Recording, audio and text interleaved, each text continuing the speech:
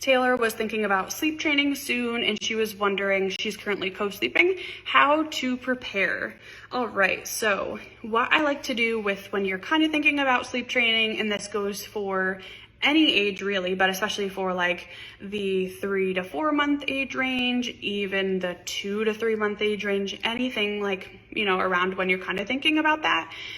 You can start with naps if you'd like to.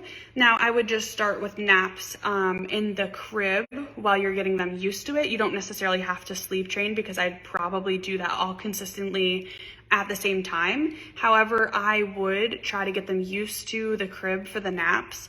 Another thing I really like to recommend is taking a sheet, like their crib sheet, and then like wearing it for a couple of nights so that it really gets your scent on it, and then putting it back into the crib so that when you start sleep training, they can go ahead and have that scent, because that's really what they're like missing, especially if they're co-sleeping, is really like missing that smell of you.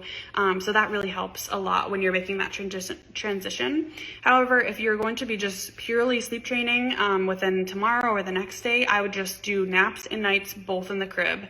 And it's totally up to you whether you want to do something more gradual and you want to do naps first in the crib, and then in the bassinet do like the nights in the bassinet. That's totally fine, but I wouldn't go back to co-sleeping and napping at the same time. It's just going to be rather confusing. So if you wanted to do 2 different spots, like the bassinet and the crib, that's okay, but I wouldn't do the co-sleeping and the naps at the same time, or the co-sleeping and bedtime.